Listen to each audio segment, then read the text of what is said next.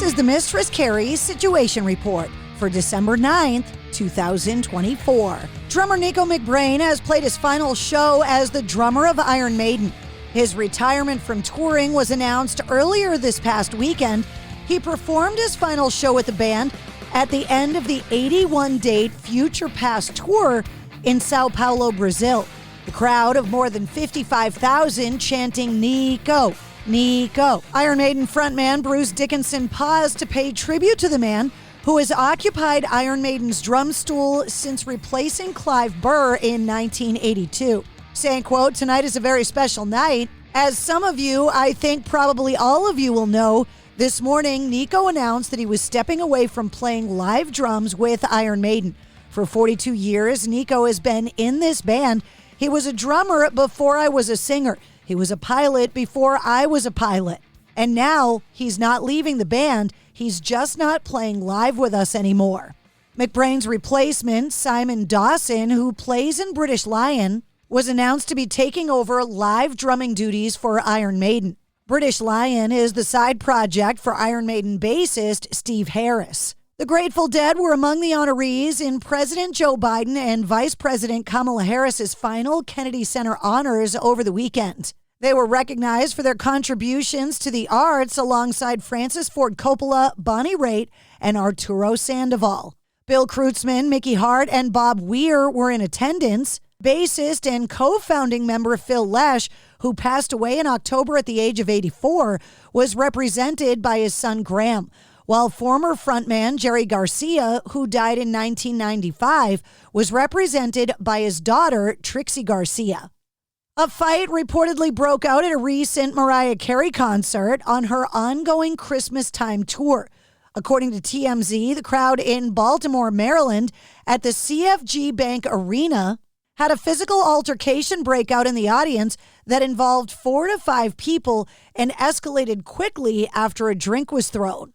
Matthew Sweet has shared a health update following his stroke, saying that he, quote, "may never play guitar again."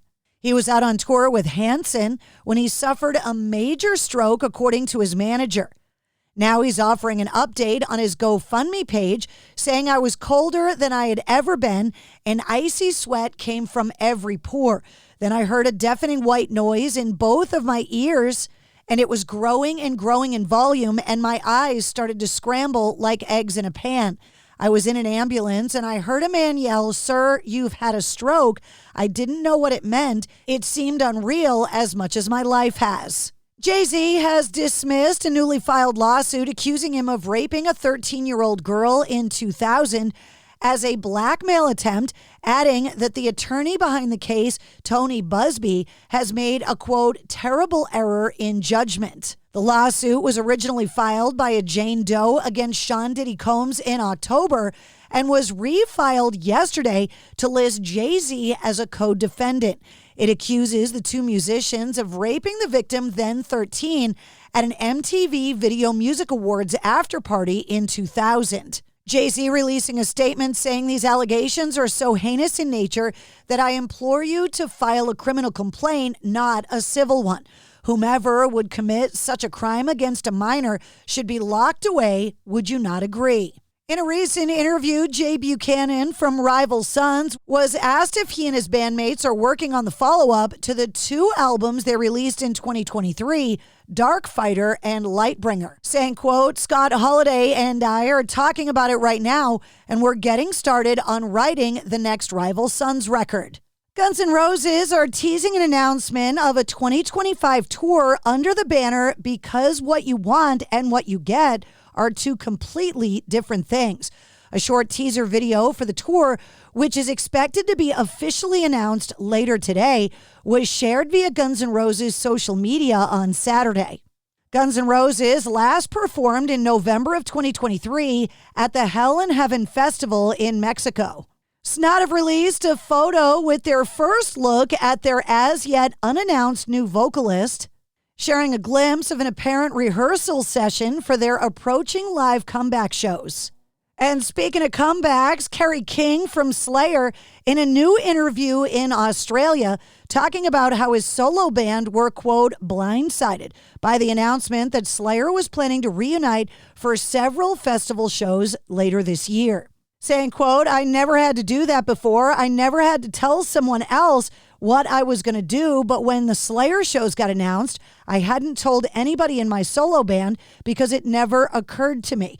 It never occurred to me to tell them because it was nothing to me. And the Rolling Stones have announced details on a special edition re-release of their 2023 album, Hackney Diamonds. Their 24th studio album came out this past October and was their first body of material since 2005's A Bigger Bang. The album includes guest appearances from Lady Gaga, Elton John, Paul McCartney, and Stevie Wonder, and featured the last recordings of the band with late drummer Charlie Watts.